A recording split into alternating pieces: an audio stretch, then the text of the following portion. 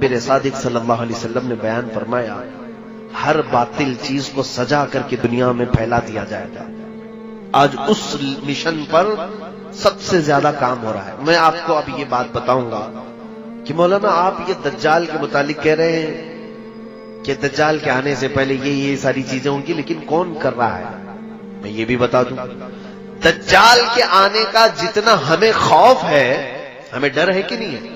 حضور نے فرمایا کہ اس کے فتنے سے ڈرو، کہ وہ بہت بڑا فتنہ ہے، کتنوں کو بے ایمان کر دے گا، کافر بنا ڈالے گا۔ میں ابھی شروع میں یہ بات کہا نا، ہم پتہ نہیں ہمارے سامنے چھوٹی بڑی چیزیں اچھمبے والی ہوتی ہیں تو ہم دل دے بیٹھتے ہیں لوگوں کے پیچھے۔ دیکھتے نہیں کتنے ایسے ڈھکوسلے پیروں کے پیچھے پھر رہے ہیں۔ اچھے پیروں کی بات نہیں کر رہا ہوں، ہمارے علاقے میں بہت سارے ایسے ہیں ساؤتھ سائیڈ میں جو ایک وقت کی نماز نہیں پڑھتے، عورتوں سے اپنے جسموں کی مالش کرواتے ہیں، ان کے ہزاروں مریدین ہیں۔ ایک بابا ہے، اس کو دودھ سے لوگ نہلاتے ہیں، عورتیں نہلاتی ہیں، اس نے تو اپنے گھر کے سامنے کعبہ تک بنا ڈالا ہے، کعبہ تک بنا ڈالا ہے۔ کیوں ان کے پیچھے پبلک ہے؟ میں نے پوچھا کہ تم پاگل ہو، مسلمان ہو، سامنے وہ شرک کر رہا ہے، اس کے پیچھے پڑے ہو؟ کہا نہیں، تمہیں معلوم نہیں بابا کے چمتکار کیا کیا ہے۔ کہا کیا دکھاتا ہے یہ نظر بندی کرتا ہے، جادو کرتا ہے، لوگوں کے پیٹ میں سے سوئیاں نکالتا ہے، لوگوں کے پیٹ میں سے بلیڈ نکالتا ہے، اور کہتے ہیں ہم نے تو کبھی نہ سوئی کھائی نہ بلیڈ کھائی، لیکن بابا جب کہہ کر آتے ہیں تو سوئی بھی نکلتی ہے، بلیڈ بھی نکلتی ہے۔ کہا یہ تو نظر بندی ہے، شعبدہ بازی ہے، جادوگری ہے۔ اور اس کو دیکھ کر کے وہ لوگ اس کے فریفتہ ہو گئے بابا کے۔ اسی دن مجھے یہ بات یاد آئی، اس بابا نے تو خالی اتنا ہی دکھایا، جب دجال بارش برسا کے دکھا دے گا، سبزہ اگا کر کے دکھا دے گا، تب تو یہ قوم تو اس کو اللہ ہی کہنے لگ جائے گی، اس کو تو خدا مان بیٹھے گی۔ اسی لیے دجال پوری دنیا کا سب سے بڑا فتنہ ہے جو حضور نے فرمایا۔ اب اندازہ کیجیے آپ، رسول کریم صلی اللہ تعالی علیہ وسلم جس کے فتنے سے پناہ مانگتے ہو، وہ فتنہ کتنا بڑا ہوگا۔ نبی آخر الزمان صلی اللہ علیہ وسلم خود دعا کرتے تھے، اے اللہ مجھے دجال کے فتنے سے بچا۔ وہ کتنا بڑا فتنہ ہوگا۔ اس لیے ہم لوگوں کو ہلکے میں نہیں لینا ہے اس کو۔ اچھا، میں جو بات کہہ رہا تھا، ہم جتنا اس کے فتنے سے ڈرتے ہیں، دنیا میں ایک قوم ایسی ہے جو اس کا شدت سے انتظار کر رہے ہیں۔ دجال کو وہ بہت زیادہ چاہتے ہیں، بہت زیادہ محبت کرتے ہیں، اور اس کے آنے کے لیے جانے کیا کیا کر رہے ہیں۔ ہم ڈر رہے ہیں نا، ہم تو اس کے فتنے سے ڈرے۔ دنیا میں ایک قوم ہے جو دجال کے آنے کا انتظار کر رہی ہے، وہ یہودی قوم ہے، جیوز جو ہیں، یہودی اسرائیلی۔ میں اس کو کھل کر کے بول رہا ہوں۔ ایک بات مجھے معلوم ہے، میرے استاد مصر میں انہوں نے بتایا بھی تھا کہ یہودی اس وقت دنیا میں اتنے منصوبے بناتے ہیں، اور ان کے خلاف جو بولتا ہے اس کو یا تو مار ڈالتے ہیں، یا اس کے خلاف ایسی سازشیں رچتے ہیں کہ وہ بند ہو جائے، قید ہو جائے، یا تو پھر اسے خرید لیتے ہیں۔ یہ تو میں تقریباً 10 سال سے بول رہا ہوں۔ مجھے اس بات کا خوف نہیں ہے۔ جس وقت تک اللہ نے زبان رکھی ہے، میں امت محمدیہ کو حضور کی امانت سپرد کر کے رہوں گا۔ جب اللہ کو منظور ہو وہ میری زبان بند کرا دے، اور رب تبارک و تعالیٰ کے چاہے بغیر کچھ نہیں ہوتا۔ اس بات کو سن کر کے چلیں۔ اگر کسی کو سننے میں اور محفل میں بیٹھنے سے ڈر لگتا ہے کہ یہ کوئی ہارر ٹاپک ہے، تو خدا حافظ کہہ سکتے ہیں، اپنے بستر پہ جا بھی سکتے ہیں۔ میری طرف سے کوئی زور زبردستی نہیں ہے بیٹھنے کی، لیکن اگر کسی کو کچھ نالج لینا ہے تو بیٹھ سکتے ہیں۔ دجال کے متعلق سب سے زیادہ اگر کسی کو انتظار ہے تو یہودیوں کا، اسرائیل کو۔ اب ان کی کتابوں میں ان کے بڑے لوگوں نے لکھا ہے کہ دجال اس وقت تک نہیں آئے گا جب تک اسلام اور مسلمانوں کو رسول سے دور نہیں کر دیا جائے گا۔ سب سے اہم چیز ہے یہ۔ ان کو کیا چاہیے؟ دجال چاہیے۔ اور دجال کے آنے کے لیے دروازہ کیا ہے؟ پوری دنیا کے مسلمان اپنے نبی سے دور ہوں، کیونکہ دجال نے بھی اس حدیث میں نے بتایا نا، پوچھا نا تمیم داری سے کہ وہ آخری نبی آ گئے، تو انہوں نے کہا آ گئے۔ اس نے پوچھا کیا ان کی امت ان کی اطاعت کر رہی ہے؟ تو انہوں نے کہا اطاعت کر رہی ہے. تو دجال نے کیا کہا؟ ابھی میرے آنے کا وقت نہیں. اب ان کو دجال چاہیے. کیوں؟ یہ کہتے ہیں ہمارا وہ مسیحا ہے. دجال کے آنے کے لیے روزانہ صبح اور شام میں دعائیں ہوتی ہیں اسرائیل میں. روزانہ دعائیں ہوتی ہیں. اور وہ اس لیے دعا کرتے ہیں کہ وہ ہمارا مسیحا ہے, ہمیں تکلیفوں سے نجات دے گا, ہماری پوری دنیا میں حکومت قائم کرے گا, ہمیں موت سے بھی بچائے گا. ایک بات یہ بھی یاد رکھ لے کہ دنیا میں سب سے زیادہ موت سے ڈرنے والی قوم یہودی ہے. وہ مرنا نہیں چاہتے کوئی بھی, وہ موت سے بہت ڈرتے ہیں. اسی لیے ان کا آپس میں جو ایک دوسرے کو سلام بھی جو کرتے ہیں نا, ہم السلام علیکم کہتے ہیں, ان کا سلام ہے ذی 1000 سال. فارسی میں یہ ہے ذی 1000 سال. تفسیر میں لکھا ہوا ہے یہودی آپس میں ایک دوسرے کو سلام بھی کرتے ہیں تو یوں کہتے ہیں جیو 1000 سال, جیو 1000 سال. قرآن میں پہلے پارے میں اللہ نے فرمایا ہے لو یعمر 1000 سنۃ وما هو بمزحزحہ, یعنی اگر ان کو 1000 سال کی عمر بھی دے دی جائے تب بھی وہ مرنا پسند نہیں کرتے. اور اللہ تعالیٰ نے ان کے رد میں جتنی آیتیں نازل فرمائی, یہ کہتے ہیں ہم اللہ کے بیٹے ہیں, ہم اللہ کے محبوب ہیں. پوری دنیا کیچڑ سے بنائی گئی ہے اور ہم کو جنت کی مٹی سے بنایا گیا ہے. پوری دنیا کو جانوروں کے پخانے سے زیادہ گندی چیز سے بنایا گیا ہے, اور ہم شعب اللہ المختار ہیں, اللہ کی پسندیدہ قوم ہے. کون کہتا ہے؟ یہود, جیوز. یہ ایک مٹھی بھر قوم ہے. انہوں نے جو عقیدے بنا رکھے ہیں وہ یہ ہے کہ دنیا کی سب سے افضل ترین قوم ہم ہیں, ہمارا ہی حق ہے دنیا میں, ہر چیز پر ہمارا قابو ہونا چاہیے, اقتدار ہمارا ہونا چاہیے. یہ قوم ایسی ہے, یہ پوری دنیا میں کہتے تھے وقالت الیہود نحن ابناء اللہ واحباؤہ.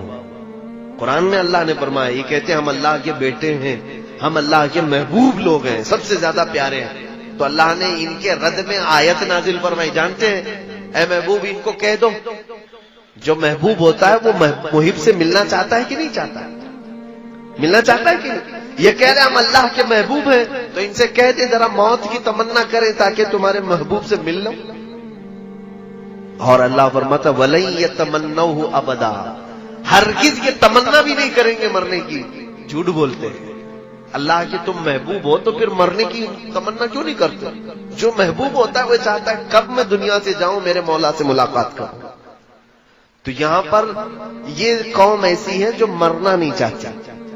جو امپورٹنٹ بات ہے وہ میں آپ کو بتا دوں, بہت زیادہ مسئلہ پھیلانے سے کوئی مطلب نہیں ہوگا. کل خلاصہ ملا کر کے میں آپ کو بتا دوں کہ دنیا میں اتنا اتھل پتل یہ کیوں مچائے. سب کو اب تقریباً نوجوانوں کو معلوم ہو چکا ہے الومیناتی کیا ہے, فری میسن کیا ہے, اور پھر یہ جتنی ان کی تنظیمیں ہیں خفیہ تنظیمیں یہ کیا ہیں. سیکریٹ اب تو کچھ نہیں رہ گیا, یہ سب پورا ظاہر ہو گیا.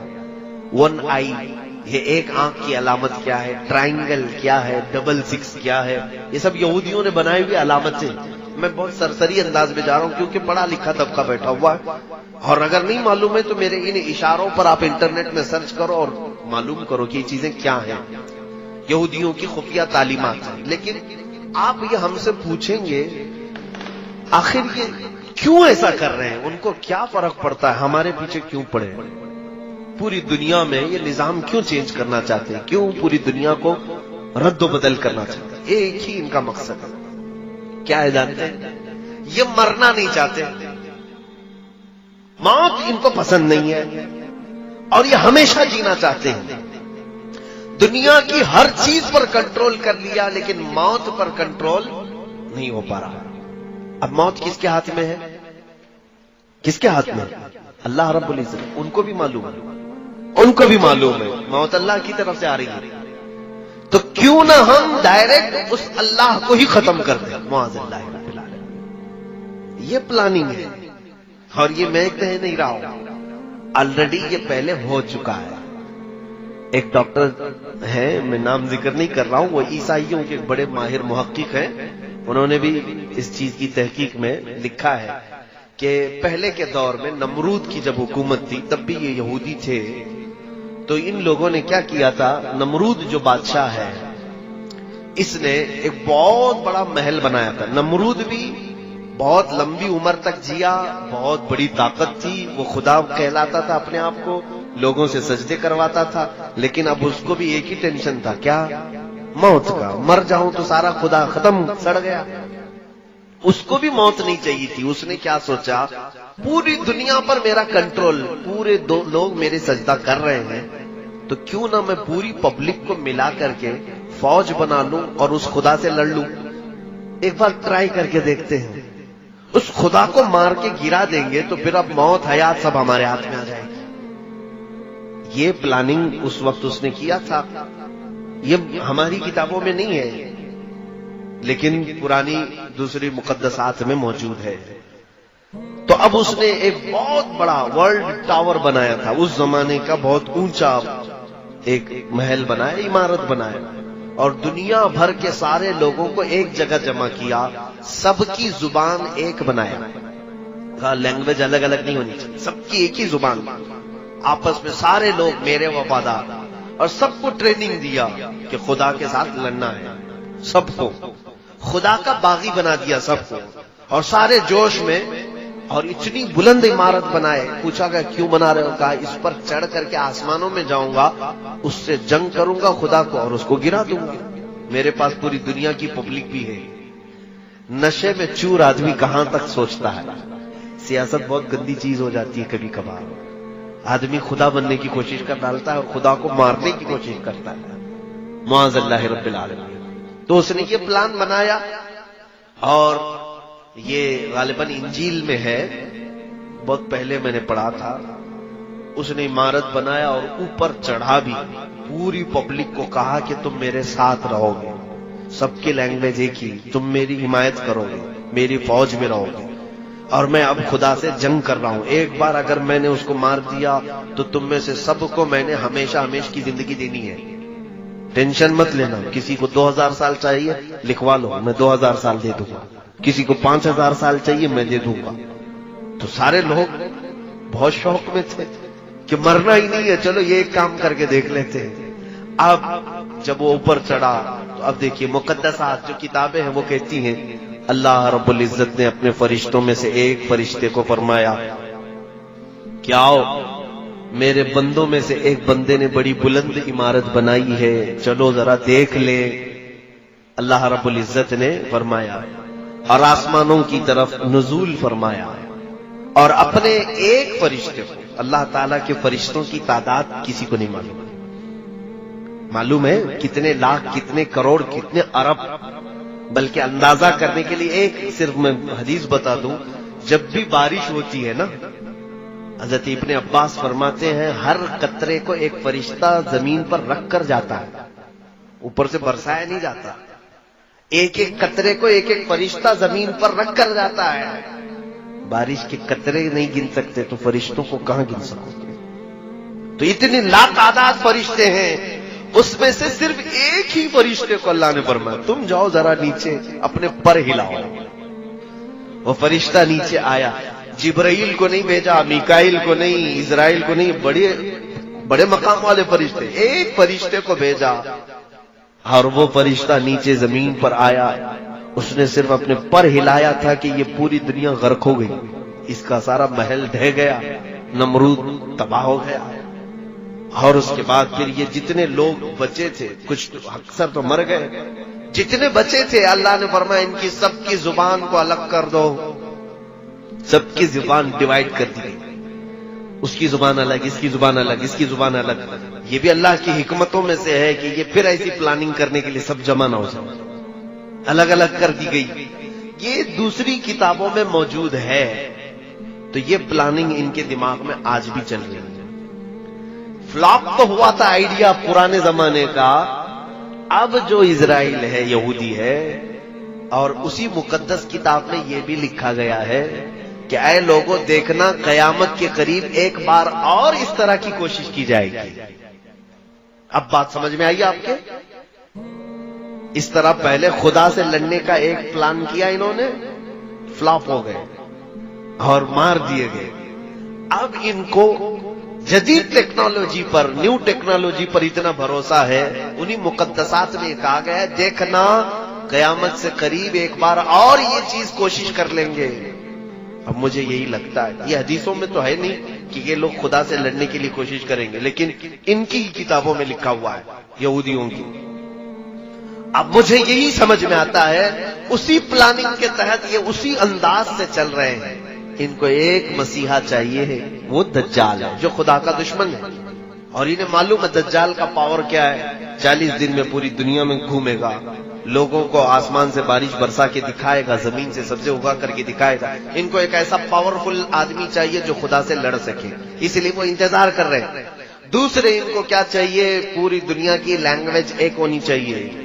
تو یہ گلوبل لینگویج کے طور پر انگلش کو مشہور کر بھی رہے ہیں کہ سب کی کنیکٹ کرنے والی، سب کو کنیکٹ کرنے والی زبان انگلش ہونی چاہیے. سب کی کرنسی ایک بنانا چاہتے ہیں، اور آج تقریباً یہ کر بھی چکے. ڈالر پوری دنیا کی کرنسی بنتی جا رہی ہے.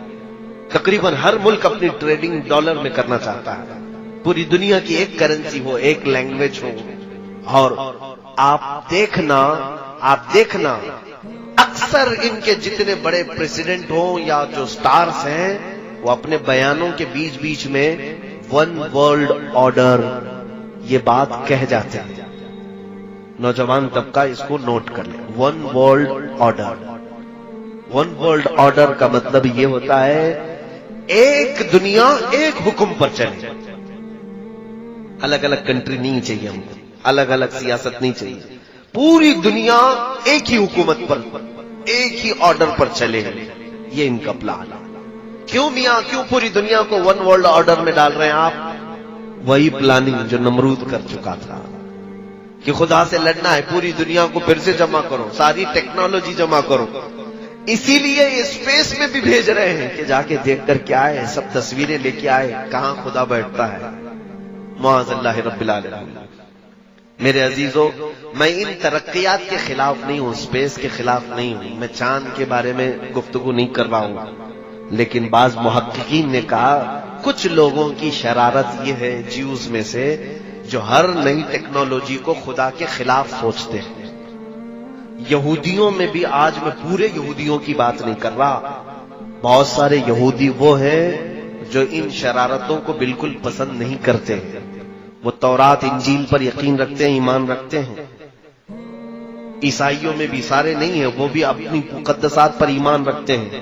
لیکن کچھ ایسے ہیں جن کو عباد الشیطان کہا جاتا ہے. یہودیوں میں ایک تنظیم ایسی نکلی جو ڈیول ورشپرز ہیں، یعنی شیطان کی عبادت کرتے ہیں، پوجا کرتے ہیں.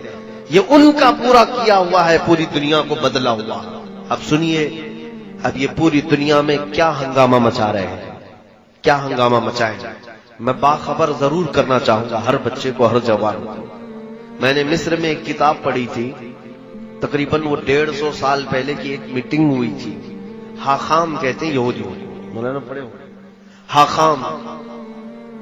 یہ یہودیوں کے بڑے حکیم جو ہوتے ہیں ان کو حاخام کہتے ہیں. انہوں نے ایک میٹنگ لی اور اپنے حکیم سے یہودیوں نے پوچھا کہ ہم لڑکیوں کو ننگا تو کرنے کی پوری کوشش کرتے ہیں، لیکن مسلمان لڑکیاں ننگی نہیں ہوتی جلدی، یہ جلدی اپنا لباس اتار کر کے باہر آتی نہیں. ہم نے تقریباً دنیا کو ننگا کرنے کی کوشش کر ڈالی.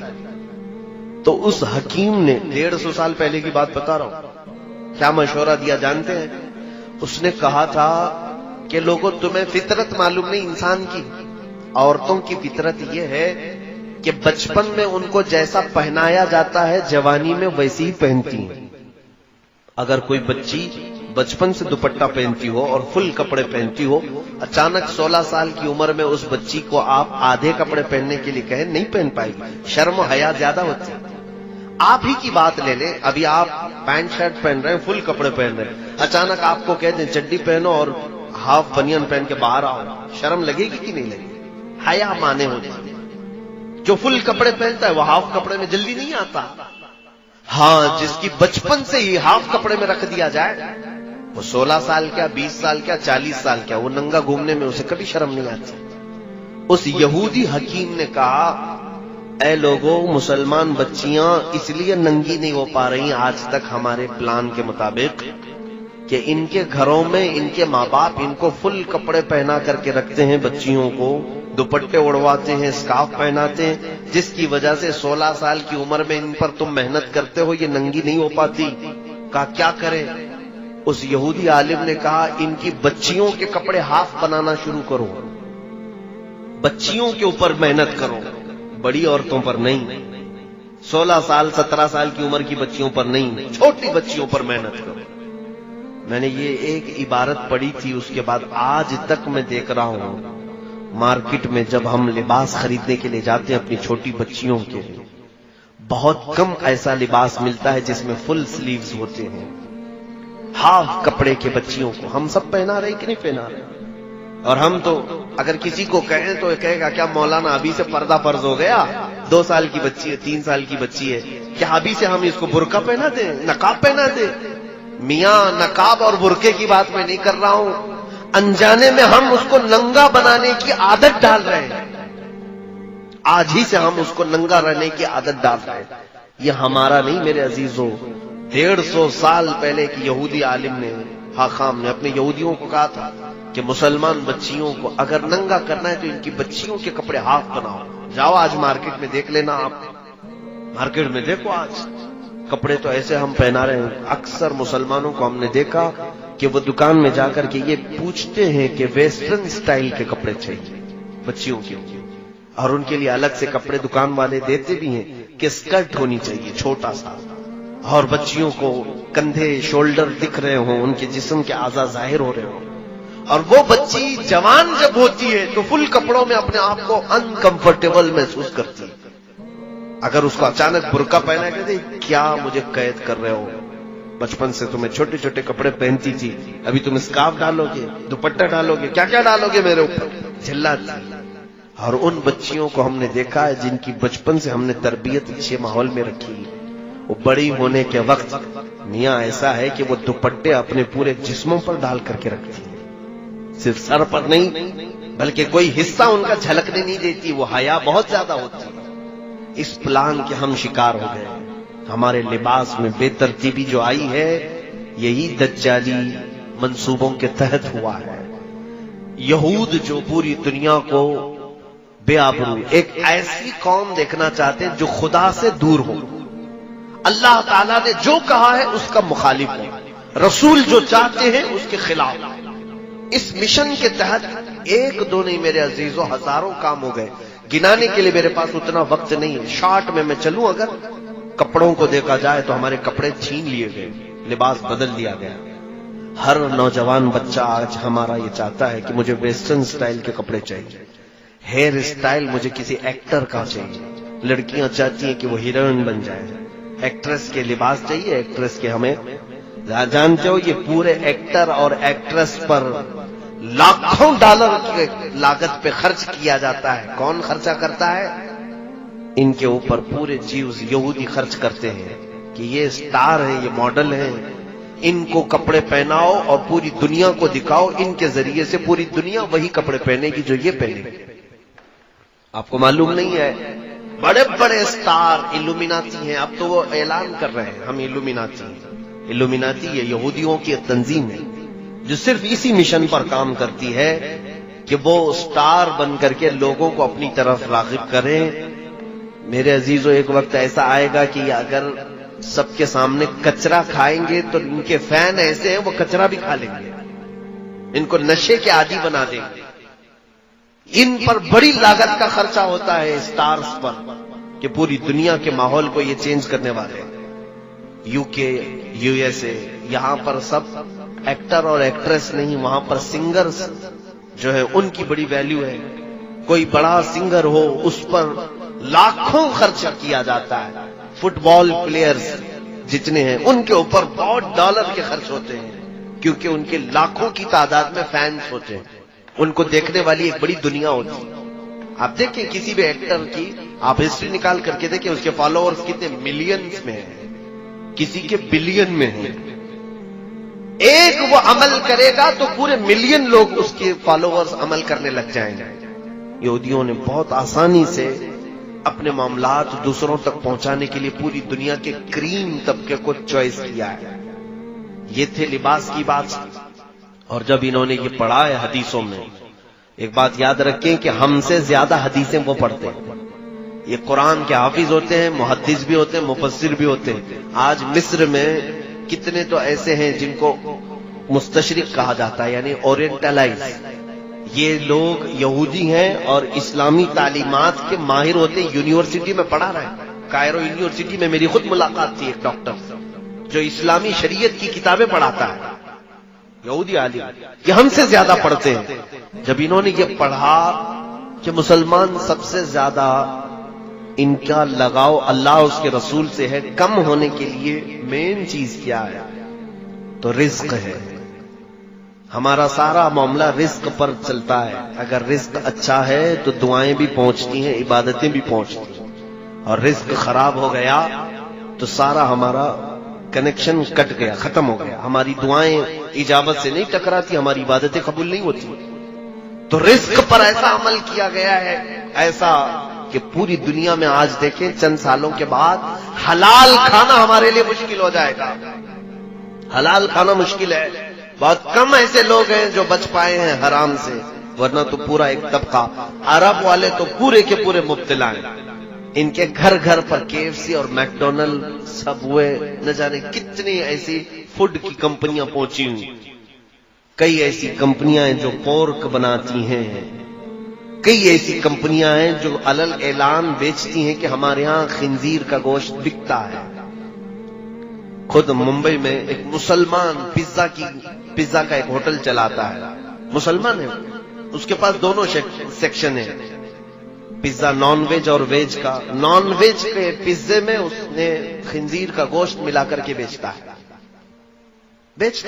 اور اس سے سوال بھی کیا گیا تو کہتا ہے یہ تو آپ کی چوائس ہے، چاہے تو آپ کھائیں، نہیں تو نہ کھائیں، میں زبردستی تھوڑی نہ بیچ رہا ہوں. میرے عزیزوں، کھانے کی چیزوں کو اتنا بدل دیا گیا، اسی لیے میں کہتا ہوں اپنا ٹیسٹ بدل لو. بہت زیادہ زبان کو لذتوں کا عادی مت بنانا، ورنہ حرام چلا جائے گا پیٹ میں. اور پھر ہمارے ہندوستان میں کیا چھوڑا گیا؟ ہر اناج کو، ہر چیز کو کبھی گائے کا پیشاب ملا کر کے، کبھی پتہ نہیں کیا کیا ملا کر کے. کمپنیاں نہیں آئی ہمارے ہاں. کوئی چاکلیٹ نہیں چھوڑا انہوں نے حرام چیزوں کے ملانے سے، کہ بچے چاکلیٹ کھائیں اور اس میں پتہ نہیں کن کن جانوروں کی چربیاں ملائی گئی. ہزار یہ کہتے ہیں کہ حلال ہے، حلال ہے، لیکن ان کی نیت میں کھوٹ ہے. میرے عزیزوں، ہمارے رزق پر بہت بڑا اثر ہو رہا ہے. میں چند دنوں پہلے چکن کے متعلق ایک بیان کیا تھا. میں حرام نہیں کہتا ہوں گوشت کو، چکن کو، لیکن وہ ہو سکے تو آپ سن لینا. یہ جو برائلر چکن جو بنائی گئی ہے، یہ 1960 کی پیداوار ہے. اس سے پہلے یہ سفید مرغیاں تھی نہیں دنیا میں. یہ جو برائلر چکن آپ جو دیکھ رہے ہیں نا، یہ بعد میں ایجاد کی گئی ہے. اس کو بنایا گیا ہے کراسنگ کے ذریعے سے. اور اس کی فارمنگ جو ہوتی ہے، سیم فارمنگ خنزیر کی بھی ہوتی ہے.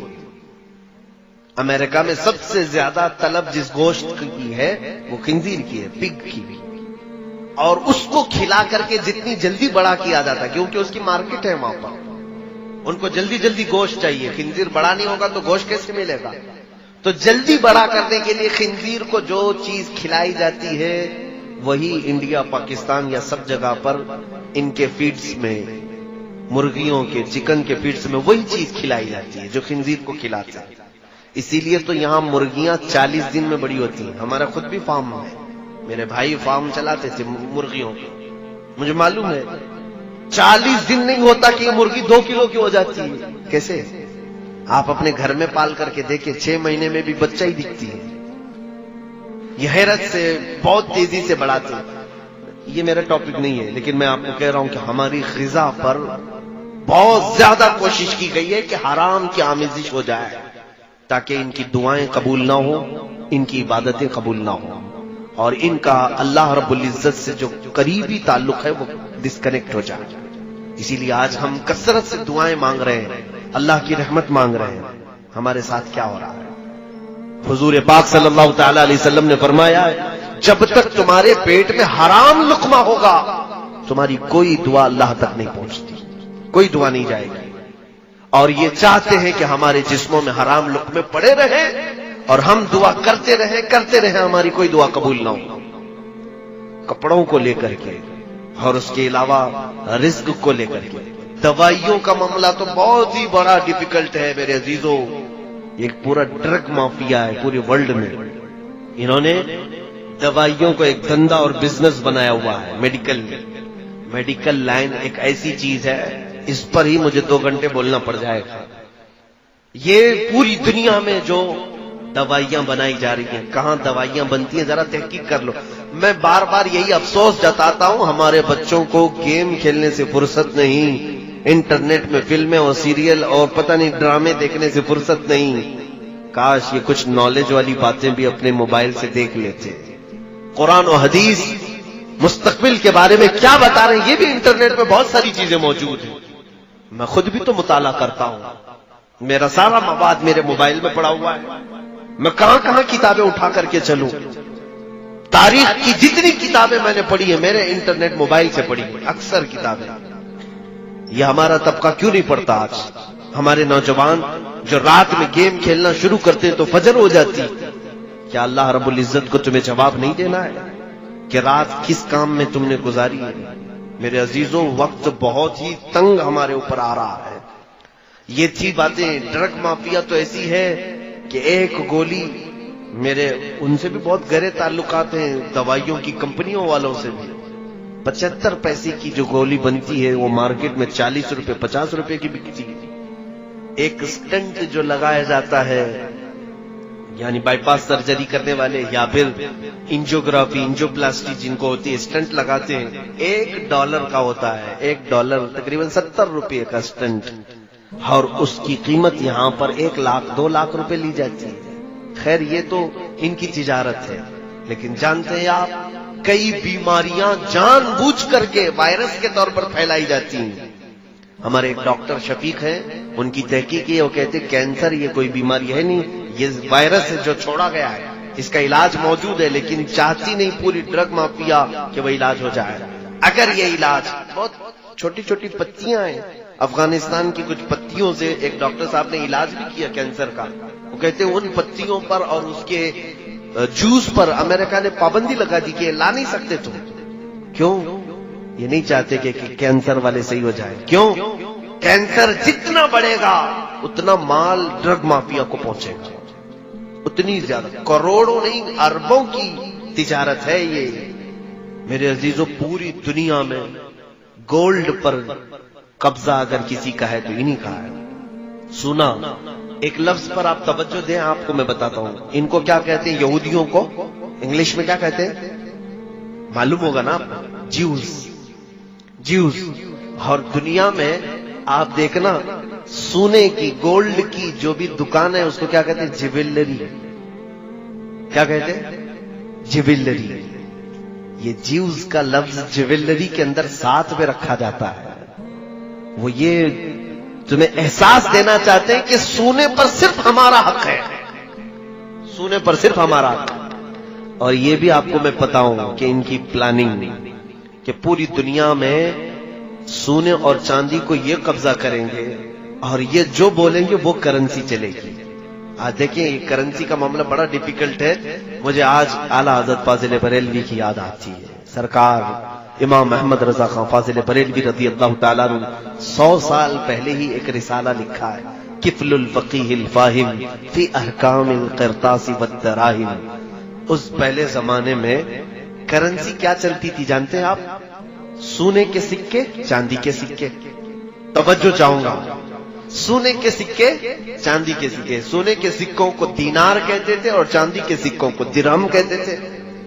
درہم اور دینار چلتے تھے پہلے. اب سنیے گا, سونے کا ایک سکہ ہے اور چاندی کا ایک سکہ ہے, اس کی اپنی ایک ویلیو ہے کہ نہیں ہے؟ وہ سونے کا ہے میاں.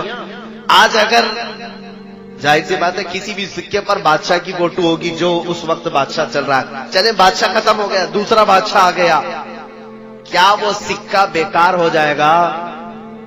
سکہ خراب ہو جائے گا؟ نہیں, صرف فوٹو بدلنا ہے. جاؤ میلٹ کرو, سنار کو دو, وہ میلٹ کر کے دوسرا سکہ بنا دے گا, لیکن اس کی ویلیو ہے کہ نہیں؟ چلے حکومت ختم ہو گئی, جو سکے چل رہے تھے چاندی اور سونے کے لے جاؤ سب بیچو. ارے آپ کو تو کلو کے وزن پر قیمت ملے گی. سونے اور چاندی کی ویلیو ہے کہ نہیں؟ یہ یہودیوں نے پوری دنیا سے سونے اور چاندی کے سکوں کو ہٹا دیا اور اس کی جگہ پر کاغذ کے ٹکڑے لائے. کاغذ کے ٹکڑے، پہلے نوٹ تھی نہیں پوری دنیا میں کہیں پر. یہ کاغذ کے ٹکڑوں کو لائے اور اس پر لکھ دیا 1000، تو اب ہم سمجھ رہے ہیں 1000. اس پر لکھ دیا 2000، ہم سمجھ رہے ہیں 2000، جبکہ وہ کاغذ بھی اتنا ہی ہے جتنا نیوز پیپر والا کاغذ ہے. کوئی فرق نہیں ہے پیپر میں. ہاں تھوڑا اچھا کاغذ استعمال کرتے ہوں گے، پرنٹ نکال سکتے ہیں آپ، لیکن وہ کاغذ اس کی ویلیو ہے اپنی. وہ تو ابھی ابھی ہمارے سب کو سمجھ میں آ چکی ہوگی. 2 سال پہلے صاحب نے اعلان کیا تھا رات میں کہ آج سے 9 بجے کے بعد 1000 اور 500 کے نوٹ کی ویلیو ختم. تو دوسرے دن وہ کیا ہو گئے؟ آج اگر آپ کے جیب میں 1000 روپے کی پرانی نوٹ ہو تو آپ کو مجرم سمجھ کے پکڑ کے لے جائیں گے. عزیزو، یہ کرنسی ایسی ہے کہ اس کی اپنی ویلیو نہیں ہے. اگر کسی کے پاس اس زمانے کے، چلیے میں کہتا ہوں 1000 کے نوٹ جمع ہیں، بہت سارے ہیں، بھول گئے تھے آپ چینج کرانا، انہوں نے تو ٹائم بھی دیا تھا 2 مہینے کا، چینج کرا لو، بھول گئے تھے، ابھی اب کہیں تھیلی سے نکلا. آج کے زمانے میں کہاں لے کے جاؤ گے آپ؟ 1000 کے نوٹ ہیں، کہاں لے کے جاؤ گے؟ RBI بھی نہیں لے رہی ابھی. کسی بینک میں جاؤ گے، میرے 1000 کے پرانے نوٹ بدل کے اب 2000 میں دے دو. کہا وہ دروازہ بند ہو گیا. کہا کیا کرے؟ تو بینک کہے کہ جاؤ کسی بنیا کو دے دو، پوڑیا بنائے گا، شکر ڈال کے بیچے گا. اس کے علاوہ تو ان نوٹوں کا کچھ کام نہیں. یا تو آپ کلو کے حساب میں بیچ کے چلے جاؤ. لیکن سونے اور چاندی کی کرنسی کے ساتھ ایسا ہو سکتا ہے؟ اسی لیے سونے اور چاندی کی کرنسی کو پوری دنیا سے ہٹا دیا گیا. یہ چاہتے ہیں کہ کرنسی صرف اور صرف نوٹ کی چلے. اب اور آگے سنیے، اب آگے کا پلان یہ ہے کہ کرنسی یہ بھی ہٹا لی جائے گی، کیش لیس کر دیا جائے گا آپ کو، اور آپ کے ہاتھوں میں اب نوٹ بھی نہیں ہوں گے. دیکھیں آپ ڈیجیٹل انڈیا کا نعرہ لگتا ہے کہ نہیں لگتا؟ آپ کے پاس پے ٹی ایم ہو، ATM ہو، موبائل سے آن لائن آپ پے کر دیجئے.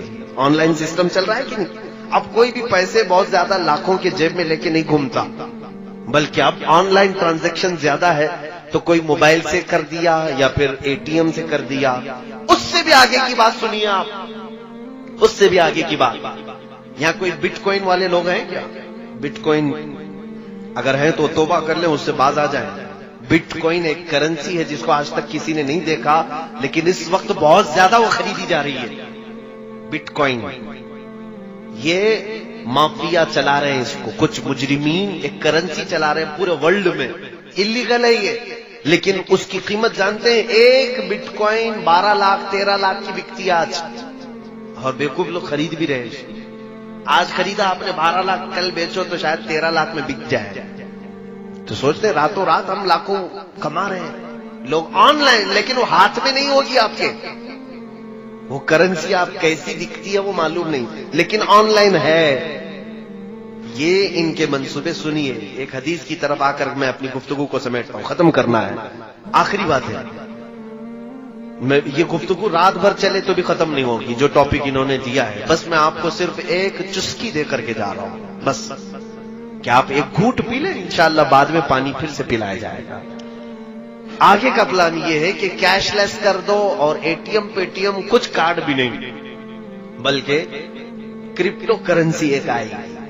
کرپٹو کرنسی کیا ہے؟ ایک چھوٹی سی میموری کارڈ کی طرح سا ایک چپ، جیسے موبائل میں ڈالتے ہیں آپ، اس میں سارا ڈاٹا آتا ہے کہ نہیں آتا؟ چھوٹی سی چپ آپ کو انبلٹ کر دی جائے گی ہاتھ میں، اور یہ آلریڈی آسٹریلیا میں چل رہا ہے. ہاتھ میں انجیکٹ کر کے ایک چھوٹی سی میموری کارڈ اس کو ڈال دیا جائے گا. اس کے اندر آپ اپنے بینک کھاتے پورے اس کے اندر رکھو، آپ کے گھر کے پیپر، جائیداد کے پیپر، جتنا ڈاکیومنٹس ہے وہ سب اس کے اندر رہے گا. ظاہر سی بات ہے پیپر گم ہو جائیں تو بھی کچھ فرق نہیں، آپ پیپر جلا دو، نوٹ ختم کر دو، سارا آپ کا کہاں ہے؟ آپ کے ہاتھ میں. آپ کو تو اچھا لگے گا نا. اب کارڈ لے کر کے چلنے کی بھی ٹینشن نہیں، پیسے لے کے چلنے کی بھی ٹینشن نہیں، میرے ہاتھ میں چپ ہے، اور چوری ہونے کا بھی ڈر نہیں. کوئی چوری بھی نہیں کر پائے گا، کیا کرے گا؟ تو سب کو یہ آسان لگ رہا ہے اور لوگ قطار میں لگ لگ کر کے ان بلٹ کروا رہے ہیں کرپٹو کرنسی کو. لیکن اس کا دوسرا پارٹ کیا ہے جانتے ہیں آپ؟ اچھا اس کو آپ کیسے دیکھیں گے کہ میرے اکاؤنٹ میں کتنے؟ آپ اپنے انگوٹے کا اپنا تھم کہیں پریس کریں، تھم پریس کریں گے آپ تو آپ کا پورا جتنا اکاؤنٹ ہے وہ ڈیجیٹل میں دکھائی دے گا کہ آپ کے پاس اتنے لاکھ روپے ہیں، اتنے ہزار روپے ہیں، آپ کے جائیداد کے پیپر یہ ہیں، سب آپ دکھا سکتے ہیں کسی بھی جگہ. وہ ہوگا کچھ پلان، میں نے تو اب تک دیکھا نہیں لیکن سنا ہے یہ چل رہا ہے. اب اس کے بعد کیا ہوگا؟ اس کے بعد کیا ہوگا؟ ہم نے کرنسی سب ہٹا دی، گھر میں بھی پیسے نہیں، بینک میں بھی پیسے نہیں، کہیں نہیں، سب کہاں ڈال دیا ہم نے؟ اس چھوٹے سے چپ میں ڈالا ہے. لیکن وہ ویلیوبل ہے، دنیا اس کو کہے گی تم کو دکان میں کچھ خریدنا ہے تو جاؤ تھمب لگاؤ، 1000 روپے کے سامان خرید کر کے لاؤ. ابھی کل ہی ہم جا رہے تھے دھورا جا رہے تھے، ہم نے دیکھا جس کار میں ہم بیٹھے ہوئے ہیں کار پر ایک چھوٹی سی وہ چپ لگائی تھی، ٹول ناکے سے کار گزری، اچانک اس کا گیٹ اٹھ گیا. یہ جدید ٹیکنالوجی دبئی میں تو بہت پہلے سے چل رہا ہے کہ آپ ٹول میں کھڑے ہو کر کے پیسے بھرنا، جو چھٹے واپس لینا ضروری نہیں، 3 مہینے بھر کا شاید ریفل ہوتا ہے، ایک چھوٹی سی چپ دیتے ہیں، یہ کار کے سامنے والے گلاس پر آپ لگائیں، جب بھی آپ کو ٹول کے اندر سے جانا ہے اور اچانک گیٹ اٹھ جائیں گے، واپس آنا ہے، دن میں گھومتے رہو. یہ آپ کے بریلی میں کل میں نے دیکھا ہے کہ نہیں ہے، چپ لگ رہی. تو اس کا مطلب ہوا جو ٹول لینے والے تھے ان کی سب چھٹی ہو گئی، پیسے لینے والے بھی نہیں، دینے والے بھی نہیں، سب پیسہ اس چپ میں آیا.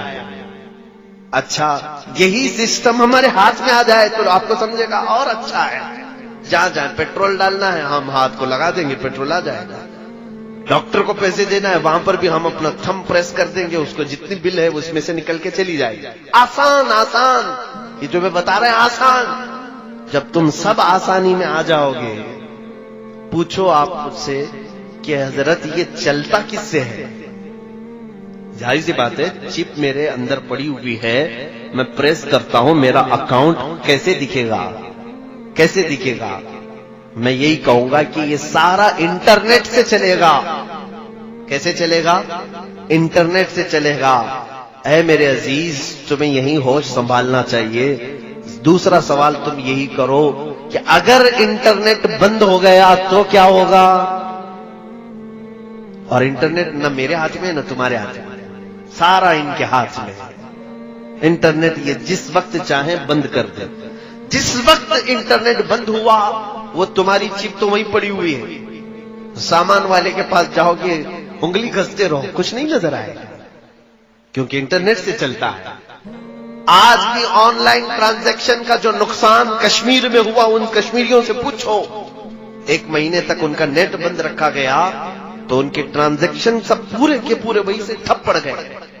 جو آن لائن کرتے تھے کاروبار ان کا سب ٹھپ پڑا ہوا ہے کیونکہ نیٹ ہی نہیں چل رہا ہے. تو کیسے کریں گے؟